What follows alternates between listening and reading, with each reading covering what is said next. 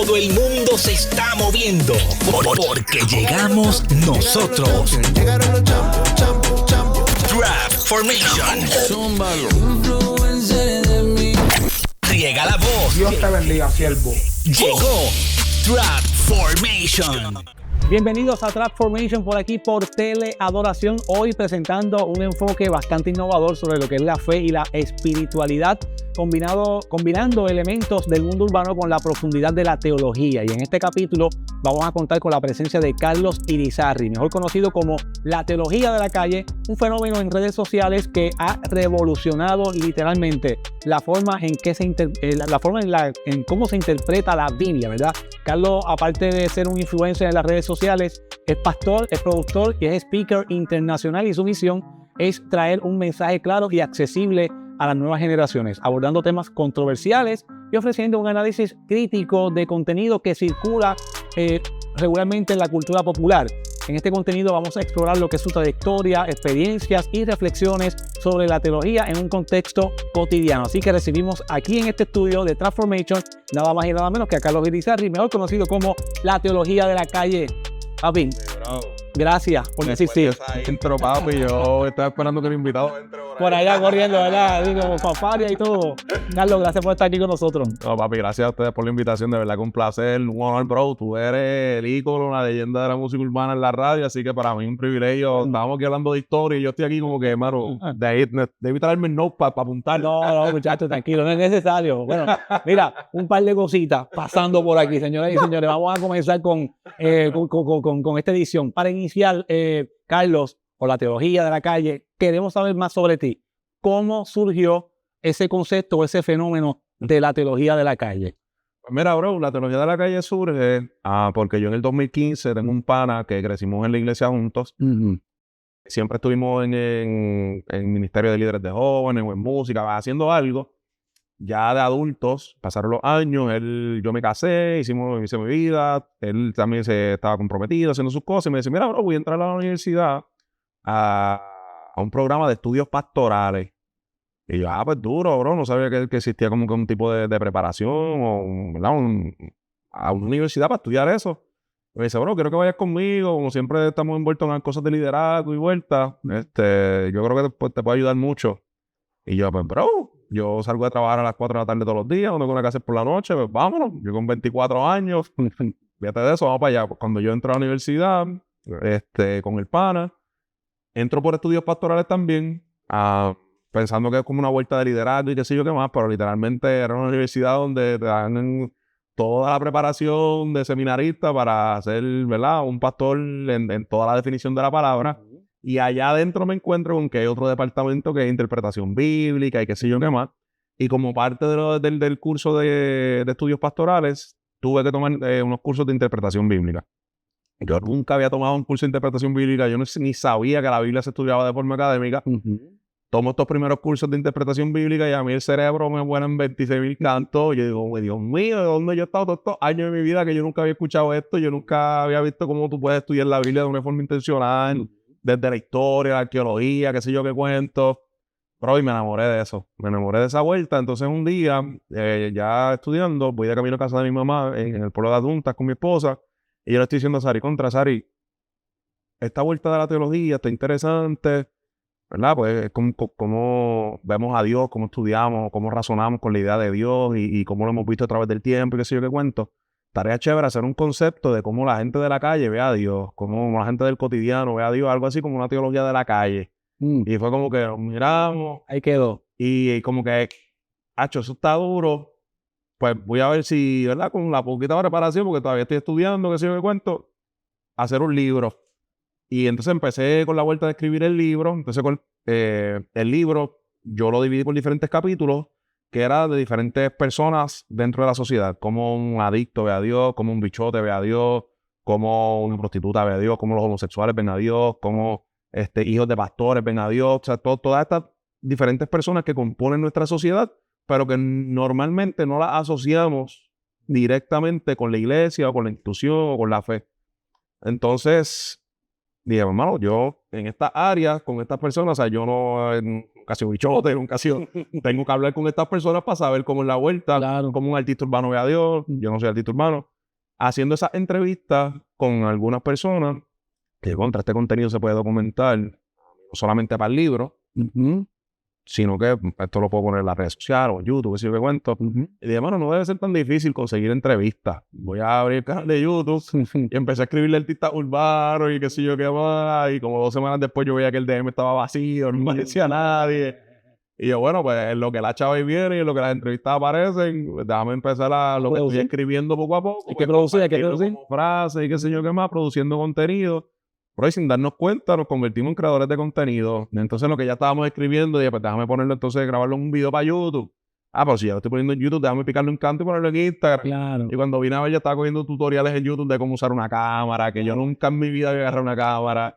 Cómo poner luces, que yo nunca en mi vida, ¿sabes? Nada, bro. Si tú miras los primeros contenidos de la teoría de la calle, es con el micrófono de la cámara innato, no hay micrófono chévere para el sonido es malísimo. Sí. La luz es la del sol, que si se está poniendo una nube se pone oscuro. Se empezó con lo que había. Papi, literal. Yo pensé que esa era la forma de grabar contenido. Entonces, cuando tú me dices, ¿cómo grabaste? Cámara. ¿Y dónde la pusiste? Pues en la mesa. Ahí. No te llevaste trípode. No sabía. ¿Y los micrófonos? ¿Qué micrófono? ¿Qué micrófono para la cámara? Pero ya se fue. Qué bien. Más o menos. Oye, y hablando de eso, y recogiendo un poco, ¿verdad? Sobre lo que me estás hablando de lo que es el interés tuyo en lo que es el tema de la teología. Obviamente hemos visto que eres una persona que, ¿verdad? Con lo que expresa, que eres autodidacta. Cuando alguien expresa una opinión, ¿verdad? Sobre un tema, que es lo que regularmente vemos de ti en las redes sociales, ¿cómo es tu proceso para tú descubrir si hay contenido raro o incorrecto en lo que esas personas están diciendo o compartiendo? Porque hay muchas cosas fuera de contexto, que algunas son bíblicas y algunas no. ¿Cómo es el procedimiento para tú hacer esa selección? Mira, bro, honestamente ya como parte de estudiar en la universidad, que sé yo qué más, ya hay unas cosas que como que uno sabe por default. Okay. Es instinto, es un olfato instantáneo. Sí, como que por ejemplo, los otros días salió un video de una muchacha diciendo, como que preguntándole a ChatGPT si el Dios de Jesús era el mismo Dios del Antiguo Testamento. Pues ya yo recuerdo que en la universidad tomé un curso de crítica textual y se habló de esta persona que en el siglo I o a principios del siglo II trató de deshacerse del Antiguo Testamento diciendo que Jesús tenía otro tipo de Dios o era un Dios superior al Dios del Antiguo Testamento. Pues yo digo, pues espérate, ya esto lo he escuchado antes, déjame buscar información de nuevo. Pero ya hay como una idea básica o somera de lo que recuerdo de la universidad. Okay. Y por ahí entonces empiezo a buscar información. Que tú vas como que repasando más o menos lo aprendido y aplicando. Espérate, esto me suena como que yo cogí esta clase. Yo creo que yo puedo abordar esta parte por aquí. ¿Cuál es la complejidad que tú enfrentas al explicar o corregir este tipo de contenido en las redes? Porque obviamente tú eres como un maestro. Es como que, mira, no, esta gente está haciendo todo mal. Señoras y señores, un par de cositas pasando por aquí y hay que explicar esto. Bro, lo más difícil que se hace, por lo menos a mí, es tratar de mantener el balance entre no atacar la persona y atacar la idea. Okay. ¿Verdad? Si por ejemplo tú me dices, Carlos, yo creo X, Y, Z. Pues usualmente cuando tú me dices algo así, yo te digo, pero yo creo distinto por esto, esto y esto. Muchas veces las personas lo interpretan como que te estoy atacando a ti, Hernán, una persona. Entonces el reto más difícil es como que despegar la idea de la persona. Claro. Y hablar sobre la idea sin que la persona sienta que es algo personal. Que es algo personal cuando no es así. Entonces, pues, eso, hacer y mantener ese balance claro cuando uno está escribiendo el script de lo que va a decir y no dejarse llevar por la pasión de que, este pana dijo algo aquí que... Sí, porque eso es lo que regularmente ocurre, que a veces hay personas que quizás a lo mejor, ¿verdad?, no tienen ese análisis crítico como tú, y entonces lo que hacen es que interponen lo que ellos aprendieron, lo que es su idea. Ahora, si todo, y en esa dirección de interpretación que me estás hablando, si todo lo que está en la Biblia es la interpretación del que la lee, ¿por qué existe la teología? Pero la teología existe por el intento del ser humano de tratar de comprender a Dios y tratar de razonar las cosas que vemos y sentimos y pensamos y sufrimos todos los días con este ser supremo o superior que entendemos que existe. Entonces, por ejemplo, uno de los problemas más difíciles del cristianismo para algunas personas es la idea del sufrimiento. Como un Dios bueno todopoderoso, benevolente, creador, X, Y, Z, permite que ciertas cosas pasen en nuestra vida o en nuestro mundo, como por ejemplo en un país vemos que las cosas prosperan y todo el mundo le va relativamente bien, pero en otras partes del mundo es una pesadilla todos los días. Ahí es donde entra la teología y el razonamiento, la logística del ser humano de tratar de comprender cómo funciona Dios, qué ha dicho Dios en el pasado, sobre qué está pasando en el presente o qué va a pasar en el futuro, cómo nosotros como seres humanos, como raza, como pueblo, nuestra identidad, la que sea, cómo encaja con esa idea de Dios, con ese entendimiento de cómo es Dios, de qué es Dios, de qué hizo Dios, de qué va a ser Dios. Son muchas veces eso, brother. Es nuestro intento de cómo podemos encajar nuestra realidad a la realidad de un ser supremo que está en control, que creemos que está en control de todas las cosas. Y hablando de interpretación, Carlos, ¿cuáles son los diferentes métodos que influyen en cómo se comprende el texto bíblico? Pero hay un montón de cosas que antes de uno empezar a interpretar la Biblia ya la tiene que considerar. Por ejemplo, tú y yo somos puertorriqueños y ya venimos con unas ideas políticas, las que sean. Tenemos 3 básicas aquí en Puerto Rico. Ya nosotros de por sí, antes de haber buscado cualquier manera de interpretar la Biblia, ya vamos con unos bias o con unos lentes de cómo vamos a leer la Biblia. Entonces leemos un texto bíblico y decimos, pues mira, esto que está diciendo aquí es porque Dios es X, Y, Z ideología económica o X, Y, Z ideología política o social. Y ya vamos con unos lentes, ¿verdad? Y con unos filtros preconcebidos que muchas veces no nos damos cuenta. Entonces, antes de empezar a decir, pues mira, hay que buscar el contexto histórico, hay que analizar el lenguaje, hay que analizar la crítica de los textos, de cómo los textos evolucionaron. Porque un tipo escribió algo aquí, pero no había imprenta, no había un printer, no había un fax, no había email. Aquí otro pana tenía que escribir la mano, esos textos van cambiando. En ese proceso, uno tiene que entender antes de llegar al texto bíblico que ya uno viene con unos bias o con unas cargas que muchas veces le impone el texto. Okay. Y yo creo que esa es la parte más retante y más difícil de tratar de interpretar la Biblia, porque muchas veces le queremos, Dios mío, háblame a través de la Biblia, abrimos la Biblia y la leemos con todo el bagaje que nosotros estamos trayendo para tratar de confirmar y afirmar ya nuestras ideas preconcebidas sobre cómo es Dios o cómo funciona Dios o qué cree Dios o qué aprueba Dios, qué condena Dios. Y tratamos de que la Biblia nos diga a nosotros lo que ya nosotros pensamos en vez de dejar que la Biblia, a través de la interpretación más objetiva posible, claro, nos diga a nosotros y que Dios nos diga a nosotros a través de ella, mira, mano, así han sido las cosas. Hay que desprendernos de otras cositas de vez en cuando. Claro, Carlos, y al estudiar los textos, ¿qué papel juegan las lenguas originales, verdad? Como el hebreo, el griego, entre otras, que existen para escudriñar eso que está ahí plasmado? No, son extremadamente importantes, hermano. Son extremadamente importantes porque imagínate que de aquí a 200 años alguien esté leyendo esta conversación que tú y yo estamos teniendo con metáforas de Puerto Rico, de qué sé yo, brother. Mira, loco.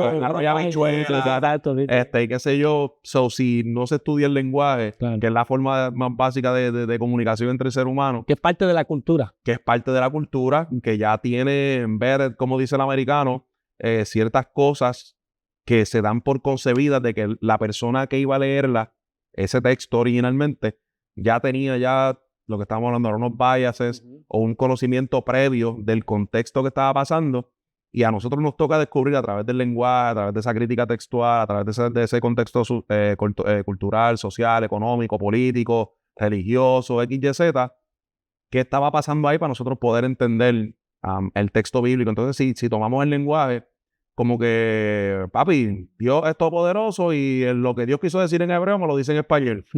Durísimo, brutal, pero entonces estamos eliminando el factor humano de que hubo una persona que se sentó a escribir y que quería decirle esto, no a Carlos Irizarry en el 2025, era fulanito en el 600 antes de Cristo, con unas intenciones, con unos planes, con una agenda, tal vez con unas preocupaciones, y en el idioma hay cosas que se transmiten y que son necesarias para eso, que si no buscamos, nos las vamos a perder y le vamos a meter el texto bíblico a la interpretación que nos dé la gana. Qué duro, qué duro. Señoras y señores, Carlos Irizarry está con nosotros aquí en Transformation por Teleadoración. Carlos, te pregunto, ¿cómo tú manejas las contradicciones que a veces se encuentran en la Biblia? Porque hay mucha gente que dice, es que la Biblia está llena de contradicciones, aquí dice una cosa, por acá coge y lo desploma con esto. Claro.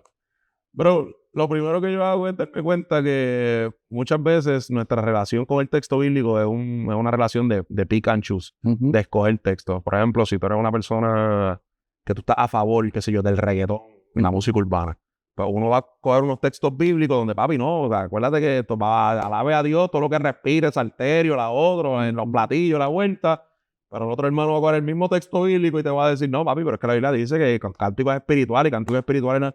¿Me entiendes? So, yo estoy convencido, bro, de que antes de buscar las contradicciones en la Biblia, deberíamos buscar nosotros mismos lo que ya queremos que la Biblia nos confirme.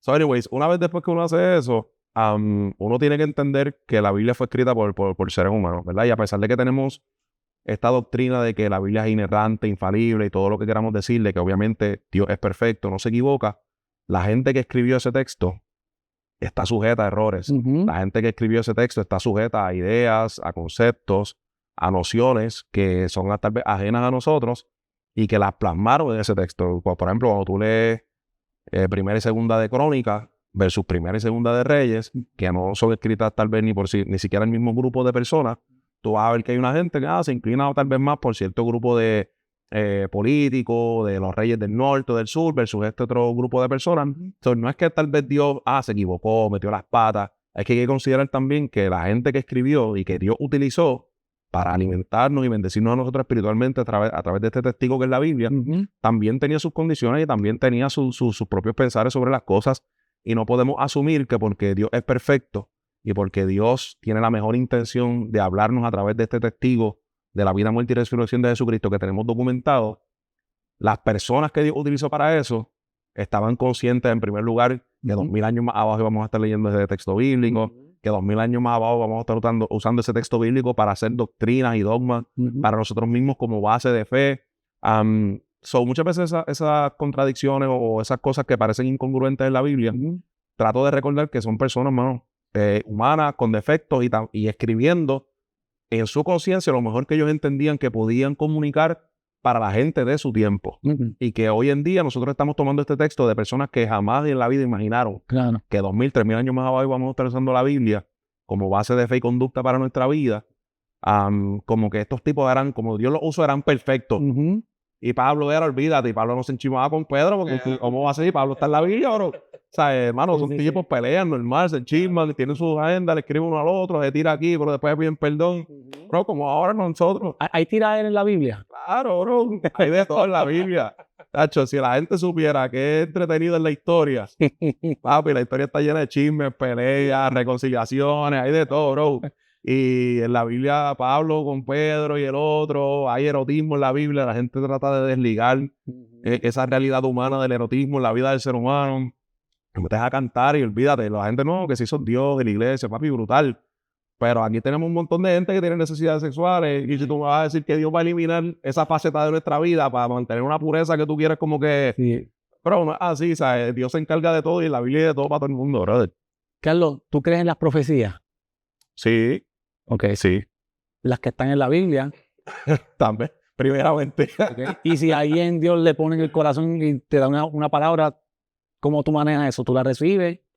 Pues mira, bro, sí la recibo, porque definitivamente sí la escucho, pero definitivamente también tengo que filtrarla a través de la Biblia y a través de lo que Jesús ha dicho. So, por ejemplo, hay muchas personas, muchos de ellos amigos míos, personas que yo conozco que comparten la idea del cesacionismo, de que ya las profecías y los dones del Espíritu, los milagros, sanaciones, palabras, ya cesaron, que eso era para los apóstoles y para el tiempo de la iglesia primitiva.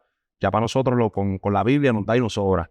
Y yo entiendo y valoro lo que ellos y la intención que ellos quieren transmitir con eso, pero también creo que Dios no está limitado a un tiempo, a un espacio, y que Dios sigue siendo el mismo Dios que hablaba a través de los profetas del Antiguo Testamento, habló a través de Jesús, obviamente, a través de su vida, muerte y resurrección, utilizó a los apóstoles y definitivamente a través de la iglesia y de la historia de la iglesia, ha utilizado a hombres y mujeres para hablarnos y para transmitir cosas relevantes a nuestro tiempo. Obviamente también hay que analizar qué es el concepto que tenemos de profecía. Mucha gente ve la profecía como si fuera vuelta el mercado aquí diciendo, papi, ponte rojo hoy porque el amor llega a tu vida. El El horóscopo. Y papi, juega el 23 porque te va a pegar. Y es como que mi rey. Y el seguro social y tú vives en una casa blanca. Y es como que, amigo, eso no sé si es profecía. Eso tal vez son otras cosas. Algo suave. Porque la profecía, por definición, ¿verdad? Es advertirle a las personas sobre, mami, vas por un camino. Y si no te enderezas, pues van a haber unas consecuencias, en primer lugar. Y segundo, la profecía siempre está para edificar a la iglesia.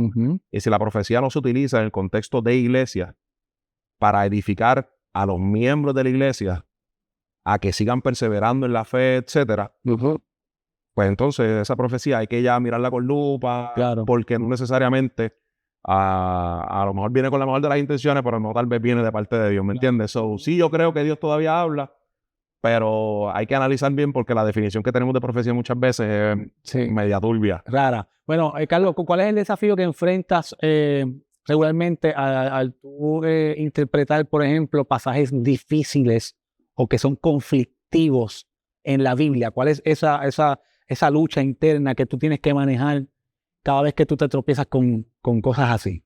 Bro, desaprender. Yo creo que ese proceso de que, obviamente, yo crecí en la iglesia desde chamaquito, desde mis 10 años. Eso es un desafío para ti, desaprender. Sí, lo decir. Definitivamente desaprender. Y no solamente un desafío personal, de que, mano, yo crecí escuchando X y Z cosa. Muchas personas cercanas a mí, de mi familia, de mis amistades, piensan esto, si desaprendo esto. Y obviamente algo que tú desaprendes, eventualmente, aunque sea algo intelectual, te va a afectar la práctica en algún momento y en cómo tú vives tu fe. So, todavía tengo personas cercanas a mí que viven, que creen esto. Si yo desaprendo esto y eventualmente se traduce a la práctica, ¿cómo esto va a afectar mi relación con ellos? Tal vez yo tengo la madurez para mantener una relación, pero cómo esto me va a alejar de estas personas, me van a ver como ya una persona que tal vez no es cristiana realmente porque desaprendí ciertas cosas. Ahí entra también el factor social, por así decirlo, de que si hay cristianos que están en búsqueda, ¿verdad? De crecer, de aprender, de desaprender unas cosas, ya le ponemos un nombre de construcción. Todos los cristianos que se deconstruyen es porque son ateos, perdieron la fe, o porque son izquierdistas, o son socialistas, o son, qué sé yo, progresistas, o no sé qué cuento. Y es como que, mira, mano, a lo mejor hay gente, sí, que se inclina por ciertas ideas X, Y, Z, pero no todo el que desaprende para aprender cosas nuevas, y no necesariamente cosas nuevas, sino cosas más cercanas a lo que está en la Biblia o a lo que Dios quiso transmitirnos a través de los autores de la Biblia y lo demás, quiere decir que tiene una agenda oculta o que tiene una agenda X, Y, Z para whatever, agenda política o lo que sea. Claro. So, ese proceso de desaprender, no solamente personal, de cosas que ya uno atesora y considera parte de la crianza de uno y cómo se afecta las relaciones personales de uno, sino también cómo la gente te va a percibir. Entonces, si por ejemplo, mano, yo esta semana o en este último año aprendí sobre, qué sé yo, la Biblia no es palabra de Dios literalmente. Ya yo no sostengo ese dogma, poniendo un ejemplo hipotético. ¿Verdad? Entonces, pero Hernán somos panas hace 20 años y si yo le digo ahora que yo estoy pensando, bro, ¿verdad? Yo creo que ya la Biblia no es palabra de Dios necesariamente letra por letra, sino que hay un montón de gente escribiendo ahí y dentro de ese montón de cosas que dieron, ahí hay palabra de Dios, pero no toda, de tapa a tapa hasta los mapas. Diantre, y ahora cómo va a haber, vamos a seguir siendo panas, se van a chismar. ¿Cómo va a cambiar esto? O va a ser en la amistad que tengo con X o Y personas. So, ese proceso de aprender y desaprender no solamente afecta la práctica de uno como individuo, sino también que afecta a las relaciones y cómo otras personas te pueden percibir. Uno que, por ejemplo, que creamos contenido, que estamos en los medios, uno puede querer ser fiel a esas convicciones que uno entiende que Dios lo está guiando, pero tú estás frente a la cámara todo el día, tú no controlas cómo la gente de aquí a Orlando te ve o te persigue. Entonces ya en Orlando está diciendo, Hernán se fue al garete, brother, wow, qué locura, lo perdimos. Bueno, yo lo único que espero es que un día yo no caiga, señoras y señores, un par de cositas pasando por aquí con este jovencito de Transformation. Bueno, oye, Carlos. Al contrario, yo hago ese contenido solamente para compartir la idea, ¿verdad? Sí.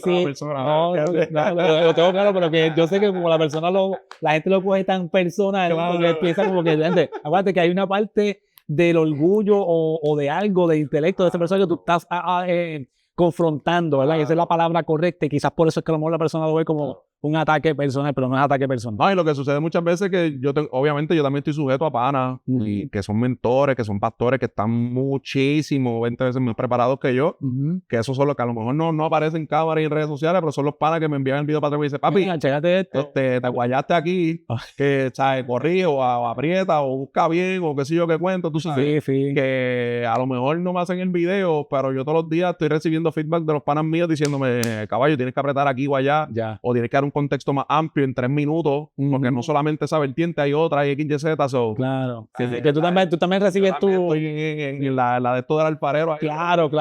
Bueno, y ven acá, Carlos, ¿y cómo tú aplicas, verdad, en esa dirección los principios bíblicos en tu vida diaria, en cuestión de, por ejemplo, cuánta teología tú le aplicas a tu vida diaria?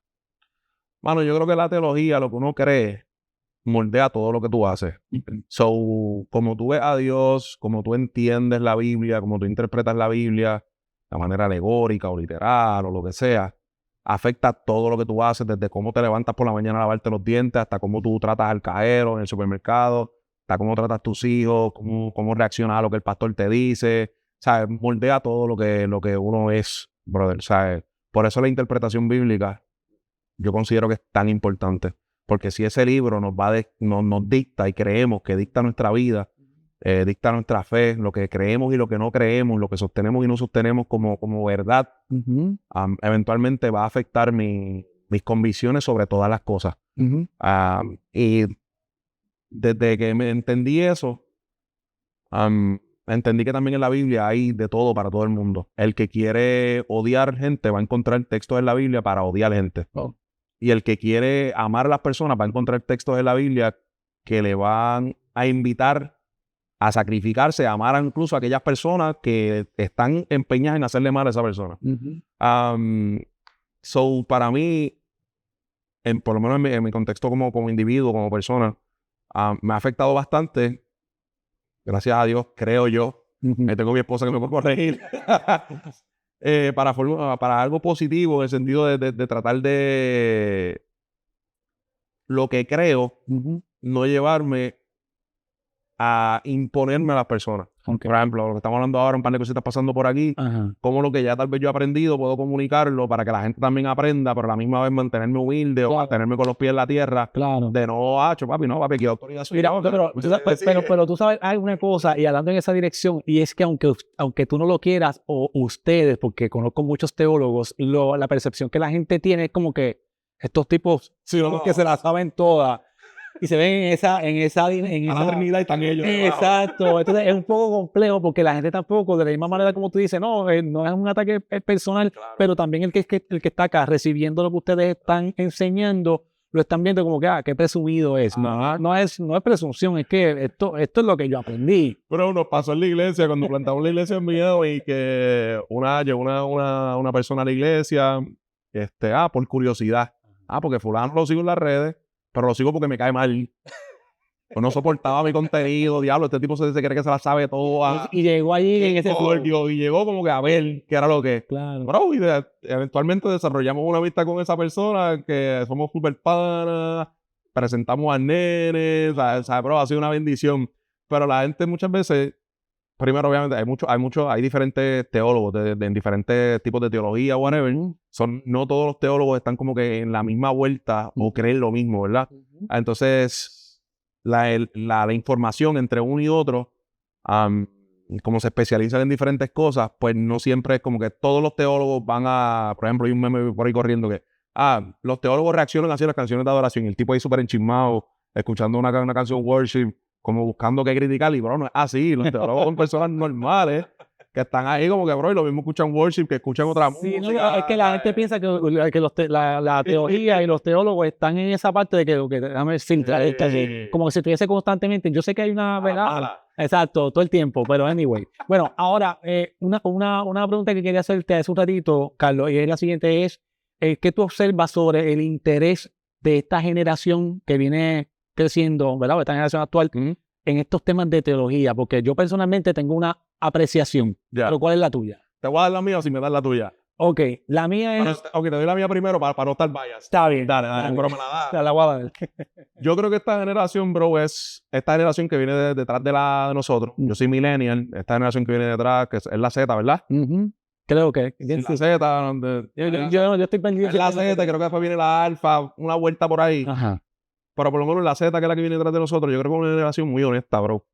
Y muchas veces los que venimos adelante, los millennials y los que vienen más adelante, no sé si son los Gen X o whatever, creo que somos culpables de cada rato estar en la red de esta generación de cristal, qué frágil. Y es como que, bro, el cristal sí puede ser frágil, pero el cristal es transparente. Y aquí hay una puerta de cristal y yo puedo ver lo que está pasando allá atrás. O sea, el cristal tiene también sus virtudes y creo que aunque puede ser un déficit o algo a mejorar, como muchas veces lo interpretamos, también esta generación creo que es una generación muy transparente, muy clara, es muy honesta. Es una generación que en cuestión de términos teológicos no están enamorados de, papi, crecimos haciendo las cosas así por los últimos 50, 100 años y eso fue lo que heredamos y sea verdad o no, y eso es lo que somos, hay que darle para adelante. Esta generación es como que, pues hermano, brutal, qué bueno por ustedes, pero si esto no es verdad, si hay una realidad más profunda, más honesta, si hay que corregir, pues hermano, vamos a corregirlo porque la verdad pesa más que la tradición, ¿entiendes? Y yo creo que esta generación que viene detrás de nosotros es una generación bien esperanzadora. Yo quiero verla así desde ese punto de vista optimista porque creo que tienen esa cualidad de transparencia y honestidad. Pues yo creo que estamos en la misma línea. Estamos observando más o menos lo mismo porque a diferencia de cuando yo estaba creciendo, quizás a lo mejor no había tanto interés como ahora. Y veo una generación que se está preocupando por querer aprender más. Eso mismo. Sí, wow. Y están más preparados para saber cómo abordar temas, no sé, defenderse de todo lo que estamos viendo. De esa rueda y no estar viviendo como que, pues eso es problema de viejos allá, que la última la paga el diablo. Como que no, el diablo no, papi. ¿Qué hay que arreglar? Tenemos que meternos, vamos allá. Me toca a mí porque yo soy el que me quedo. Exacto. Está bueno. Bueno, para ir finalizando, Carlos, vamos a hablar sobre la teología, precisamente lo que son las letras de canciones, ¿verdad? Porque obviamente todo es un programa que está dedicado a la cultura de la música urbana, especialmente el trap y el reggaeton, y pues no quería dejar esa parte, aunque la dejé para el final, no quería como que dejarla afuera. Yo te he visto muy activo recientemente hablando sobre lo que está ocurriendo con la música worship, algo del urbano, y qué sé yo, y yo quiero saber sobre lo que es la teología y las letras de las canciones que contienen mensajes de fe, tanto urbanas como las de adoración, siendo, ¿verdad? Que tú eres pastor, ¿verdad? Porque tú tienes yo te tengo a ti en una línea. Sombrero. Sí, para el sombrero, porque tú eres influencer, eres pastor, eres contemporáneo, ¿verdad? Eres joven. ¿Cómo tú equilibras tu juicio con los mensajes de estas canciones? Mira, bro, a veces cuando yo hago contenido de estas cosas, a veces me da perse de que la gente perciba que yo soy un tipo anti-música worship. Y que yo lo odio a todos. Oye, que eres un viejo también. Que soy un viejo aborrecido. De que, este tipo se quedó escuchando himnos de gloria por allá abajo. Pero, sí, a mí me encanta la música. Yo crecí en la iglesia tocando batería y qué sé yo qué cuento. Y a mí me encanta todo tipo de música. Yo escucho de todo. Pero hay una realidad también. Y es que, hablando de porcientos, por ejemplo, vivimos o tenemos una sociedad, ponemos en Puerto Rico y Estados Unidos, donde la mayoría de la gente, estoy hablando más de un 60%, después que terminan sus estudios de cuarto año o universidad, lo que sea que hasta donde sea que hayan llegado, después de eso, bro, no vuelven a leerse un libro en su vida. O sea, abandonen la educación por completo. Ese concepto de educación continua en la vida es inexistente. Leen la Biblia y cuidado, porque tienen que leerla los domingos, a lo mejor tienen que dar clase bíblica o algo así. So, muchas veces lo que alguna otra persona canta o la letra que pone en sus canciones es lo que eventualmente va a moldear el pensamiento teológico de la iglesia.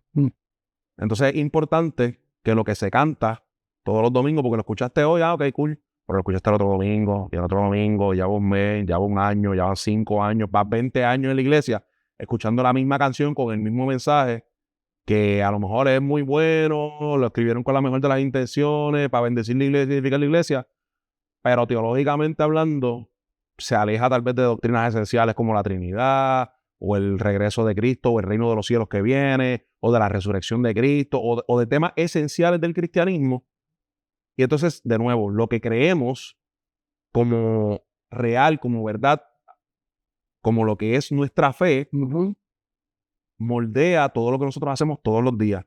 Entonces, si se hace música, worship, urbana, tropical, el género que sea, si se hace música que con la mejor de las intenciones, pero que no tiene un contenido teológico serio, tal vez serio no es la mejor palabra, honesto o más cercano a lo que es bíblicamente y teológicamente verdad y fundamental para nuestra fe, pues esa música eventualmente, esas letras, mejor dicho, no la música, no el género, no tiene culpa, esas letras nos van a llevar entonces a vivir una fe desprendida o alejada de lo que realmente es la doctrina de la iglesia o del cristianismo, de lo que Cristo nos enseñó. Claro. Entonces, ya digo, mano, la música me encanta, pero, bro, no puedo escuchar una persona, un grupo, o 20 grupos a la vez, diciéndome 20 cosas distintas o 20 ideas distintas sobre el cristianismo.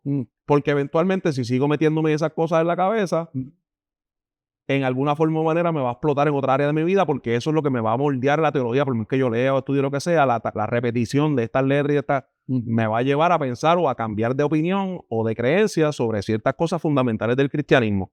Muchas veces cuando yo hago reacciones o críticas positivas, que son positivas, yo las hago con el positivismo del corazón y con la intención de edificar la iglesia, es simplemente ese llamado que, mira, mano, usen el género que les dé la gana. Sí, que la crítica que muchos músicos hacen es que usando acordes nada más. Yo no sé, usen un acorde, medio acorde si quieren, lo que sea, pero, mano, tratemos de ser lo más fieles en cuestión de la teología en el texto bíblico. Pregúntale a un pastor, a un teólogo, a alguien, mano, no hay nada malo con que, mira, bro, escribí esto. A cada rato, muchachos urbanos, mira, bro, escribí este verso, quiero saber si no estoy diciendo un disparate. Bro, yo con la mejor de las intenciones, con la humildad, mira, bro, yo no sé mucho, pero mira, esta información te puede ayudar, o este autor, y yo creo X, Y, Z, creo que esto se puede mejorar, o esto está brutal, aquí papi, la partiste, es durísimo. Y eso nos hace mejor como iglesia, porque el pan aprende y yo aprendo, y todo el que va a escuchar la música, eventualmente se alimenta de eso, ¿me entiendes? Claro. Entonces, el tema de la música worship, pues, creo que podemos mejorar en cuestión de música en general, en la letra de la música, tratando de ser un poquito más... Claro, es que todo esto está, claro, la música worship no es un tema nuevo, es un tema que lleva muchísimos años. La única parte es que en este tiempo quizás se ha popularizado un poquito más, tiene un poquito más de visibilidad, se está dando más duro. Ese es el pop. Claro, en el mercado cristiano, eso es así. Así que nada, es un poco complejo. Háblame un poco del proyecto. Tienes un proyecto que vi por ahí en las redes, se llama De las redes al estudio. Sí, bro, gracias y gloria a Dios, llevamos para 8 años, en noviembre, si Dios permite, de la teología de la calle. Entonces, siempre he estado creando contenido desde mi casa. Hace un año tuve la bendición de trabajar con Farru, estuve metido en el estudio de él, que tenemos un espacio allí. Allí monté un tipo de mini estudio, seteo, para yo crear mi contenido. Nos mudamos, eso fue en Miami, pero ahora nos mudamos a Puerto Rico. Entonces, la idea y el concepto que queremos seguir trabajando es de seguir haciendo entrevistas, etcétera, podcast, creando contenido, no solamente de uno a uno, como este tipo de conversación, sino tener paneles, invitar diferentes expertos en diferentes temas relacionados a la música, teología, o whatever.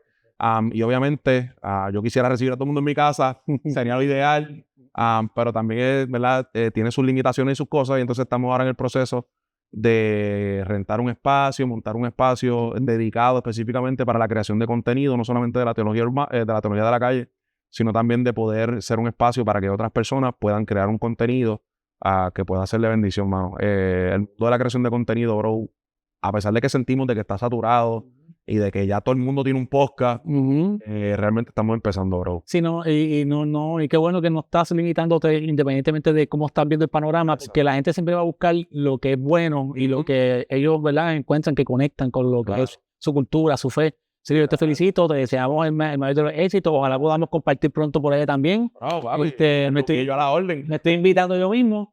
Eso es lo que me gusta.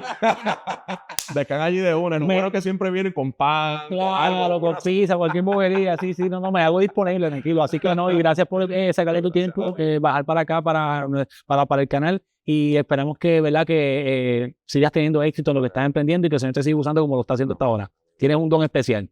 Lo reconozco. Por eso, ¿ok? gracias por eso. Y a nuestros espectadores, si desean acceder a este y otros contenidos de Transformation, no olviden visitar transformation.com.